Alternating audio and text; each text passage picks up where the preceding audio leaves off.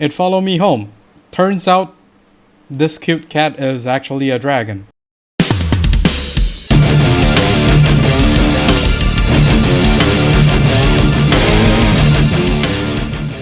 This video is sponsored by Phoenix Pharos cards. If you need supplies of singles or splits for Cardfight Vanguard, especially the ones in the video, do check out Phoenix Pharos cards today, and as a bonus, use the promo code MetaNerd to get an amazing 5% discount. And with that being said, let's get on with the video. Greetings YouTube, welcome back to the MetaNerd channel. I am Marcus, bringing you another video for Cardfight Vanguard Willdress. In this video, we'll be going through my deck profile for Ominagruzio, one of the latest additions to the boss unit that we have currently for Dark States. This deck is actually really interesting in terms of the whole mechanic as well as the game plan that this deck wants to go into. And it is one of the more consistent mass deck due to the amount of searcher that this deck have in terms of searching itself or the mass form as well as the mass order. If of course you are a beginner trying to get into Vanguard, I would highly recommend this deck just to start out. It's quite beginner friendly, to be really honest here, and I don't think it's really that expensive just yet due to the other stuff within Dark States is just really broken.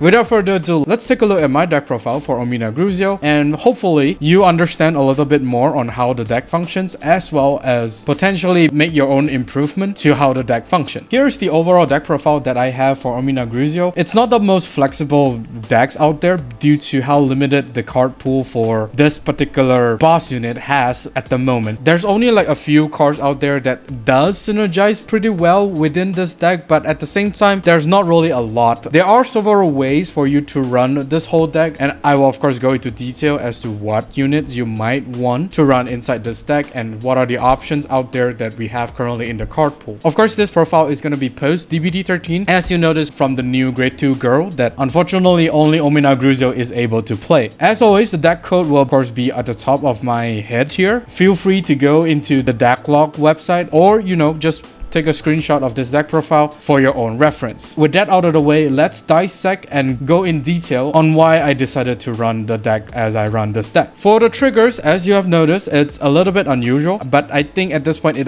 kind of makes sense. So of course, the 4 heals, 7 critical triggers, 2 fronts, 2 draws, and then the over trigger. I'm actually debating on whether or not should I run 8 criticals and maybe just sacrifice either 1 draw or 1 front. But in most cases, I think the draw as well as the front do play a significant role inside this deck, although of course your columns has been hitting for really huge, and with the shield minusing skill from Ominagruzio's mass, the draw as well as front makes a small impact. I would say the largest impact that you will be getting for your trigger lineup is of course going to be the heavy crit. It's just a really good trigger to be run inside a deck that literally minus the opponent's shield or controls the opponent's hand. Like I said, 2 draws and 2 fronts are more or less for utility. It's pretty flexible on how you would want to run the trigger lineup. You can run 3 draws and 1 front, or you can just run 2 draws, 1 front, or you can run 1 draw and 2 fronts. It's basically up to you. The main thing about the trigger lineup here is that you need to pay attention on what the opponent's trigger checks or discard to ride, because as that goes for Cardfight Vanguard Willdress, you tend to want to discard your triggers in order to ride from the ride deck in order to conserve some of the key pieces to be used further on into the game. You could know as to what triggers the opponent could run. Some may not run the front trigger or some may not run the draw trigger, but you just need to pay attention to those kind of details, and then you should have a better understanding on what trigger type to be pulled out of the deck and to put into the soul by using Omina Owl skill, the grade 2 Rideline. Most of the time I find myself putting the draws because there's not a lot of decks that run the front triggers at the moment, but of course if you do notice the opponent is running front, it's not a bad trigger to be put into the soul depending on how your hand looks like, because keep in mind here is that the fronts is an effect front, so it's a 20k shield. If you do put it from the deck into the soul, you're basically losing the 20k shield. So that's just something to think about. Unless of course you want to run the 15k shield, then sure.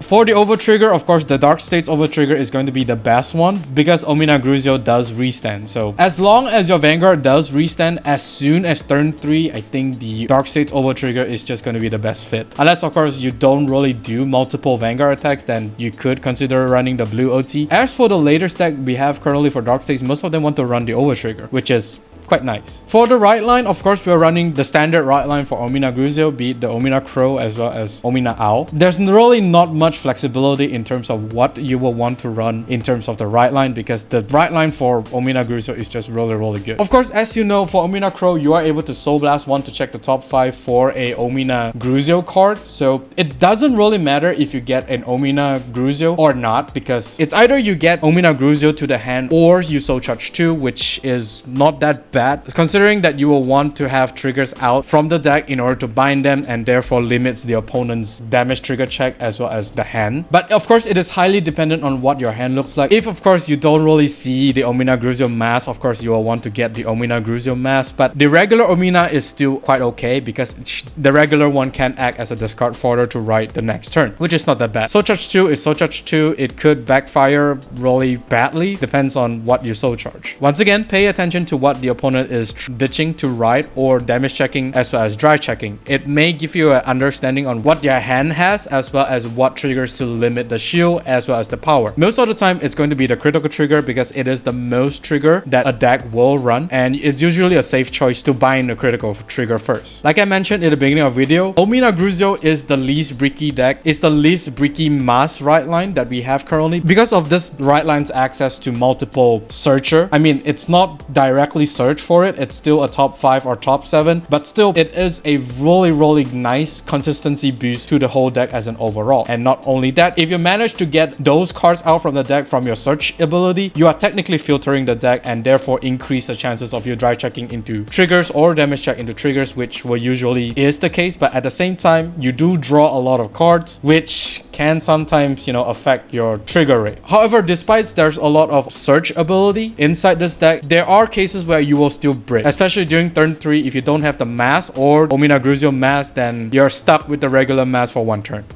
And hopefully you get Ominagruzio mask the next turn, otherwise you're gonna have a hard time. Moving on to the great ones, we have 2 Steam Battle Gunnoram as well as 4 Ruin Collector. These 2 cards are kind of like the backbone of Ominagruzio deck, not so much for Gunnoram, but definitely for Ruin Collector, because the Ruin Collector is such a stapler card inside Ominagruzio deck. Both of these great ones do provide you with soul, although of course Ruin Collector is an optional soul charge whenever he's placed. Gunnoram is a mandatory soul charge whenever you call him out, so do keep in mind as to not misplay in terms of the soul charge. Based on the experience that I have been using Omina deck, you only will want to soul charge if of course you need that one soul to either Soul Blast 3 to draw 1 for Gunnoram or Soul Blast 2 for Misery Wing. You don't really want to soul charge every single time you call Ruin Collector. It will increase the rate of you decking out, as well as, you know, soul charge some of the unnecessary triggers, for example the over trigger. Yeah, you understand where I'm going with this. If you got greedy in terms of the soul charge, it will definitely affect the performance of the whole deck. Gunnoram Soul Blast 3 is really nice, because there is abundance of soul that this deck doesn't really use whenever you go into the grade 3. If, for example, you soul charge 2 with Ominacrow and put the trigger from the deck into the soul by using Ominaowl, you will stack a lot of soul that is, to my opinion, is very wasteful to not utilize with Gunnoram's skill. Soul Blast 3 allows you to put any triggers in the soul to the drop for you to bind, as well as put the base Ominagruzio from the soul to the drop zone, because let's be honest, you rather soul blast out the regular Ominagruzio, and only then you will want to banish with Ominagruzio mask to get the skill. So you could technically banish regular Omina in the soul, but of course you are -1 soul, you might as well just use it for a soul blasting skill. Gunnoram Soul Blast 3 to draw 1 is just really nice in terms of hand replenishment. It's an active skill, so as long as Gunnoram is alive every single turn, you are able to Soul Blast 3 to draw 1. But once you start using Misery Wing as well as Gunnoram, like maybe once, it's very rarely that you will want to use Gunnoram again, unless of course you amass enough soul, then you might just go ahead. But of course, do be really careful, as this deck does deck out quite significantly. Ruin Collector is just really good in terms of conserving your hand, because you will need to put 2 units from the back row into the soul in order for Ominagruzio mask to restand. This card is treated as 2 units from the back row, so this card, it will for sure be a stapler card. It's just really good, and this card will be a main target to be called by any soul calling skills, if of course you do run them. For example, Lamenia, those kind of stuff that Sapir calls something from the soul. This card will definitely be the main card to be called by using those skills. Unless of course your hand do have some extra Ruin Collector, then you might want to call other stuff. Depends on how your board as well as hand looks like. One thing about Ruin Collector is that if the opponent opponent does not have any retiring skills, you might consider calling Rune Collector out early behind the Vanguard in order to force the opponent to no guard. This deck doesn't really have an early game. Most of the time, you will just want to discard and ride and then just attack with the Vanguard, which is usually a 15k guard. By you calling Rune Collector behind the Vanguard, it basically forces the opponent to either guard for one pass, which is very, very risky, or the opponent will just no guard, because even if they throw down a 15k shield, it's still a 1 to pass. A very small detail, but it might affect the flow of the game. I think this is a really good tip. Next off, we're only running the one cat from DBT13. Pretty much self-explanatory. He is a defensive unit as well as countercharge for Dark States, which is really good. And you could potentially play around a Counterblast deny turn, because if the opponent tries to deny you any Counterblast, because Ominagruzio Masque do need one Counterblast to restand, and if you have this card in your hand, you can just call him out to return 2 cards from the right deck from the drop or the soul to get a countercharge, which might just catch the opponent off guard. The sad thing about this card is that it can only be used once, because of the regular Omina will be banished because of Ominagruzio's Masque skill, and therefore we are only running one piece. If you get him, then congratulations, you get a really good unit in your hand. If you don't get him, it's whatever. It doesn't really affect the deck a whole lot. Even if you or do not get him, it's okay, I would say. With this card being in mind, you will want to, of course, get another Rideline card from the soul to the drop as soon as possible because of this card's cost. So you will definitely have one card of the Rideline in the drop zone already. You will just need to Soul Blast either the Grade 1 or the Grade 2 from the soul in order to actually activate this unit skill. You don't have to do that, but just keep in mind here is that if, of course, you return the card from the soul to the right deck, you are minusing 1 soul, which could be used for either Gunnaram or Misery Wing. That's where I think it does kind of makes a difference. So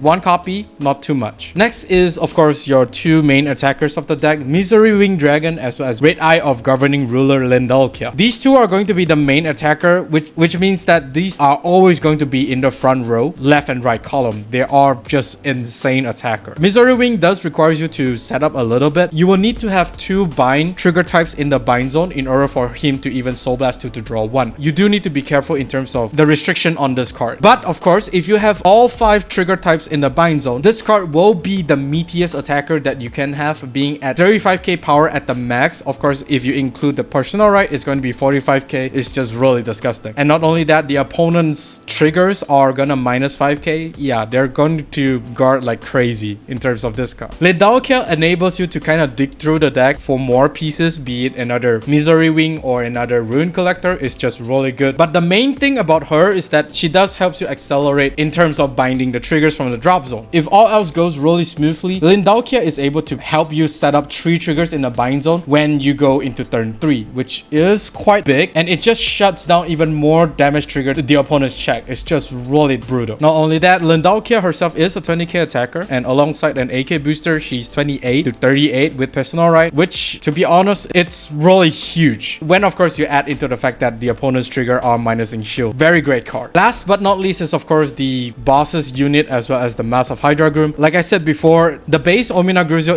will most likely be discarded to right from the right deck. The base form doesn't really do much, even on a rearguard circle, so you might as well just discard her away to then be used as a cause for Ominagruzio Mass. However, there is a scenario where you will want to keep the base Ominagruzio in the hand, is where you do not get Lindalkia. If you do not get Lindalkia on turn 3, you might want to consider saving the base Ominagruzio to ride the next turn to get 4 trigger types in the bind zone. So that's the only scenario where you will want to keep the base Ominagruzio. Keep in mind here is that all of the binding triggers from the drop are pretty much optional. You don't necessarily have to bind whatever triggers is in your bind zone. It's not going to affect anything. It's just something to keep in mind in the case where the future does have something to do with binding trigger. This deck as an overall do relies on dry checking triggers to push, because the deck has a really hard time trying to push for damage, even if the opponent does not have PG. So this deck might have a slight disadvantage if you do not really dry into triggers, but that's basically the same for every other deck out there. If a deck doesn't really dry check any triggers, then of course the deck will have a really bad time. Very rarely that your opponent will survive 4 turns of mass turn. It's just not possible. Very, very disgusting deck, to be honest. Next, of course, we're going to talk about some of the options that you could run inside this deck. So the first one that comes in mind is going to be Laminia. Laminia is the cycle card that you could run inside this deck, and it might be the best fit of this card, I would say. You are able to get more hand because whenever she's discarded during the right phase, you are able to Soul Blast 1, return her to the bottom of the deck, and you draw 1, which does increase your hand size significantly. Of course, if you keep discarding her starting from turn 2. You can't discard her from turn 1 because the crow needs a soul, so be careful. Not only that, she is able to help you set up the drop zone because for sure you will activate Ominagruzio's skill to put a trigger from the deck into the soul to then soul blast out by using Lamina's skill. What this means is that whatever triggers that you put from the deck into the soul is going to be in the drop zone, which is very, very nice. You are able to recall anything from the soul provided if you counterblast and you call her, which is very, very nice. Like I said, Rune Collector is going to be the best target to call because it's just really good. However, the reason why I don't run Laminia here is because you are drawing a lot already, so I don't think by introducing her to get even more hand is viable because you will end up drawing too much and deck out really, really fast. So I don't think there's a need to run Laminia as of yet. Things might change in the future, depends on what support cards Ominagruzio will get. Next card is going to be the great one for Unica. This card, of course, is going to be an 18k booster if, of course, you bind whatever triggers is in the soul, which you will definitely have by soul charging with Ominagruzio as well as Ominagruzio. It doesn't really specify that you need to bind a critical trigger in order to get the power. You can bind any triggers as long as it is in the soul, which is very, very nice. And it does, of course, accelerate the bind zone. It is possible to get 4 types of triggers on turn 3, but that requires you to have 4 different trigger types in your soul or in the drop zone. So not really that great. In most cases, this card is going to be a ADK vanilla. She's not going to do much unless you start binding the triggers from the soul, which does makes a really good column alongside Lindalkia. The whole Lindalkia column is gonna attack for 48k, which is a meaty column. I don't run this card is because she does not really provide you anything other than waiting for triggers to go into soul to then bind from her skill. You could run her, but I really don't recommend because Gunnaram is just too good of a unit to run inside this deck, and Gunnaram does draws you card as opposed to this card doesn't really draws you anything. Next card that we have is, of course, Goman. You guys already know what this card does from the Greedon video. It's just a really disgusting card. This card provides Batador for the last 3 attacks that you will make. You won't have Batador on the first time Ominagruzio attacks, so it's a bummer. But for the last 3 attacks, this card is gonna be really disgusting because the opponent will tend to throw PG for your rear guards as well as the second swing of Ominagruzio Masque. So by introducing this card here, you are able to force out even more hand from the opponent. But that is in the case where the opponent is throwing PG. The opponent will need to throw at the minimum 2 hand to guard your rear guards anyway. This card is just here to prevent the PG workaround. It's not a bad card, but I find this card a little bit redundant because of Ruin Collector. Ruin Collector himself is treated as 2 units, so if you want to put another unit into the soul, you can, but it's going to be really, really wasteful in terms of Ruin Collector. But that's just my opinion. Next, of course, we have Clean Sweep. I think when this deck was first introduced, I think people are running Clean Sweep. At this point, it is still great. It's a really good card, not gonna lie. It does provide Ominagruzio with the board control as well as being a decent attacker himself. Depends on how many units you put to soul, be it your own or the opponent. The reason why this card is not in the main deck is because Lindalkia is a much more better unit to run than this card here. This card is highly depends on who your opponent is and what units does the opponent has on the board. And of course, due to how many resist unit that we have currently in Cardfight Vanguard, I don't really think you will want to run this card anymore for now. Things may change, but still it is a option to be considered. The last card that we have for other options is, of course, this common card. Initially, I don't think this common card is really good, but after testing a few rounds, I think there's a niche for this card to be run in Ominagruzio. The reason why you will want to run this card is because in some games you will have your triggers in your hand because you don't really want to discard to ride them because you will still need to guard the opponent. If you go against a very aggressive opponent and you start discarding trigger to ride, you will very rarely survive their onslaught. slot. So this card is here to kind of help with that. For example, if you have like the one trigger type that is in your hand that you are unable to kind of discard them away, in a sense you could call them out and then call another unit on top of that to put that trigger to the drop zone. It's still viable, but I think you could run this card in order to gain a little bit more usage out of just, you know, calling over a trigger. This card allows you to retire whatever column that this unit is on whenever he's placed, as well as discarding a trigger unit. This card does bypass resist, which is quite nice, and it just doesn't care. You could consider running this card, but I'm actually struggling to find a slot for this card because a lot of the cards inside Ominagruzio at the moment do have their own role inside the deck. For now, I don't think it's making the card, but who knows, future booster set might just change how this card function as well as the deck as an overall. And that is all for this video. Do let me know down in the comment section of what do you think of the Ominagruzio deck profile. Do you fancy the whole deck aesthetic as well as the strategy to win any matchup, or you know, you're just waiting for more support cards before you even bring home this kitty? Do like and subscribe if you like this video, and of course during the bell notification icon so that you don't miss a video I upload. With that being said, I'll see you all on the field. Even when you feel low, you can still go. Even when you feel slow, you can still go. Even when there's no hope, you can still go. I never answer to no, man, I still go.